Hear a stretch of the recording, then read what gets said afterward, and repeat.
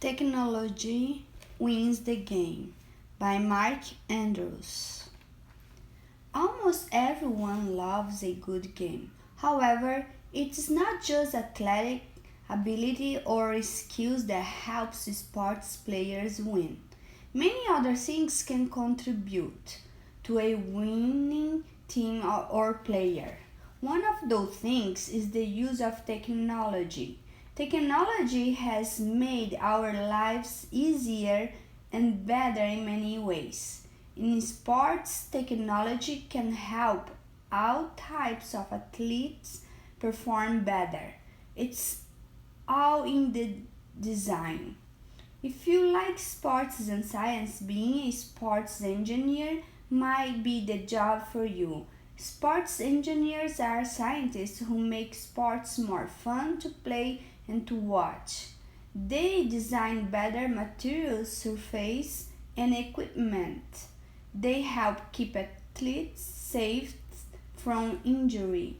A sports engineer has probably helped to improve your favorite sport. The science of sports engineering. Some sports engineers study the way athletes move when they play different sports. An engineer might watch a soccer player to see how the player's foot strikes the ball. This can lead to an ideas about soccer shoes, the soccer ball, or even the soccer field. Engineers use these ideas to improve the game in some way. The first step for a sports engineer is to identify a problem in a sport, something to be improved. Almost anything can be improved. Then the sports engineer comes up with a possible solution. Next, he or she creates a model. The model may include a new kind of material. The new idea is then tested in a laboratory to see how well it works. Finally, the new product is tested by athletes. If it works well, some athletes around the world will start to use it. So problem, idea for solution, create model, test, sequence of events. Change the game. Let's take a look at tennis. This is a sport where sports engineers have made several changes. What a racket! Tennis rackets have changed a lot. When the sport began, tennis rackets were made out of wood. Then, in the 1960s, a metal racket was developed.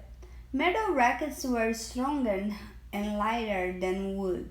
Today, rackets are made out of different materials mixed together. These rackets are very light and provide more power than the old ones. The ball moves faster than ever. Today's rackets also have a larger head or string area than before. This makes it easier for the tennis player to hit more balls. A player can also control the ball better and make it move in different ways. More bounce to the ball. Tennis balls have come a long way too. The first tennis balls were made of leather or cloth stuffed with wool or horsehair. These balls did not bounce very high. In the 80s, 70s, rubber was first used to make tennis balls. These balls bounced better, but the cloth that covered the ball would fall off. Today, tennis balls were still made of rubber. First, two matching half-shell pieces of rubber are joined together. This makes the hollow a round shape of the ball. Second, two pieces of felt are wrapped around the ball. Third, a rubber seam is added to keep the felt covered together. Finally, the balls are put in a can that is under pressure. This helps keep them bouncy. The whole process ensures that each tennis ball bounces exactly the same way. Where the ball bounces is up to the players. Higher and faster. Sports engineers help athletes perform in just about every sport. Track and field athletes run, jump, and throw. Sports engineers help these athletes run faster, jump higher, and throw farther. They design new and better track and field equipment, surface and clothing. Jump higher. Have you ever watched a pole vaulter at the Olympics? A good pole vaulter must have speed, strength, and the high pole. The pole must be flexible and strong enough to bend and lift the vaulter over the bar. Poles used to be made of wood. These were very stiff and heavy. Later poles were made of more flexible bamboo. Then engineers designed poles made of aluminum. Today poles are made of fiberglass and are very light. They bend easily. The more the pole bends, the farther the vaulter sails through the air. Run faster. What makes a runner fast? Athletic ability and good training are most important. Engineers have designed new track surface and clothing to help. Track runners used to run on grass fields. When it rained, the tracks would become soggy and slippery. Now most runners run on all-weather tracks. These are made surface with a top coating of rubber chips. The rubber chips make the runners' shoes bounce off the track better. This increases speeds. New kinds of clothing also help runners speed up.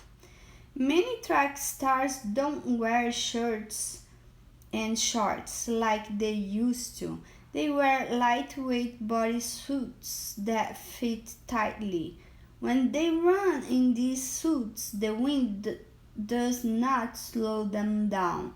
Every fraction of a second counts. A new kind of racing.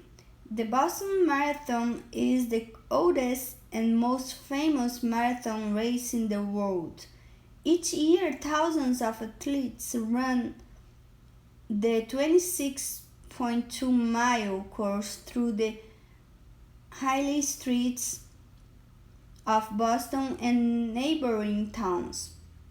In 1975, Bobby Hall finished the marathon in a different way. He wheeled his way to the finish line. Bobby Hall was the first official wheelchair athlete to complete the Boston Marathon. He finished the race in less than 3 hours, faster than most runners. Today, wheelchair athletes compete with high-tech wheelchairs. Bobby Hall used a simple wheelchair in the Boston Marathon. In these shoes, sports engineers have also designed shoes to make athletes faster and to give them more support. Athletes need different kinds of shoes for different sports. If you want to win, you need to wear the right shoes. A history of running shoes. In ancient times, runners ran barefoot. As times went on, athletes began to run in sandals. Soon, the sandals wearers were winning most of the race. The running shoe was born. The next big change came in the 1830s in England. The first running shoe with a rubber sole was introduced. Rubber soles were light and comfortable. They also easily gripped the ground. Spikes were added to running shoes as early as 1852. In the 1920s, a German named Edi Dassler improved the design and sold the first modern running shoes with spikes. Spikes give runners a better grip. Today, shoemakers and engineers better understand the science of running. Running shoes are made for every style of runner and any surface. Engineers know that runners need shoes that are strong and flexible. Changes in running shoes. 5th centuries BC, ancient Greece bare feet and sandals. 1830s, shoes with rubber soles for a better grip. 1850s, first use of spikes for running shoes. 1920s, modern spike running shoes. 1972, extra cushioning in heels and soles. Extra bounce. Long jumpers need shoes that give the athletes extra bounce. The soles must be firm but able to bend. These shoes have metal spike in the front of the shoe only. This helps the jumper grip the ground and spring from the toes right before the jump. Quick movements. Soccer shoes have plastic or metal cleats or rounded spikes on the bottom. Cleats keep soccer players from slipping in the dirt, grass, and mud. Soccer players need to change direction quickly. Without cleats, soccer would be a slower, sloppier game. Play safely. Athletes also need special equipment and clothing to protect them from injury. Sports can be dangerous, and professional athletes often take risks. Football helmets. Over 100 years ago, football players did not wear helmets. Ouch! Then, in the 19th, players began to wear leather helmets. These early helmets did not provide much comfort or protection. Changes were needed. First, more padding was added. Second, a face mask was added to protect the nose and teeth. Also, the top of helmet was made more round. This allowed a blow to slide off the helmet rather than strike head-on. Next, 1939, the first plastic helmet was invented. Today's football helmets are made of a special plastic that is light and strong. The helmet design protects players from head injuries. Some football helmets are being tested with tiny computer chips inside them. If a player hits his head, the chip sends a message to a computer. Scientists hope that these chips could tell coaches when a player needs medical help. Other safety features.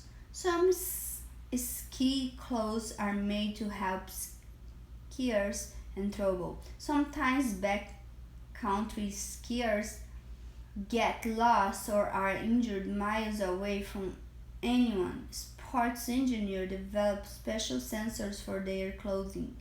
The sensors send information about the skier's location. A rescue team receives the information which helps the team find skiers who have fallen or are buried under the snow. Brightly colored jackets and vests called reflective wear make bicyclists easier to see in the dark. Just for fun, the next time you play your favorite sport, think about some of the equipment you use. Think about the kind of surface on which you are standing, running, or jumping. Notice how your sport shoes look or feel and help you perform. Now that you have read about sports engineering, you can think about how technology has helped to improve your sport. Technology not only makes our lives easier and better, it also makes our lives a lot more fun.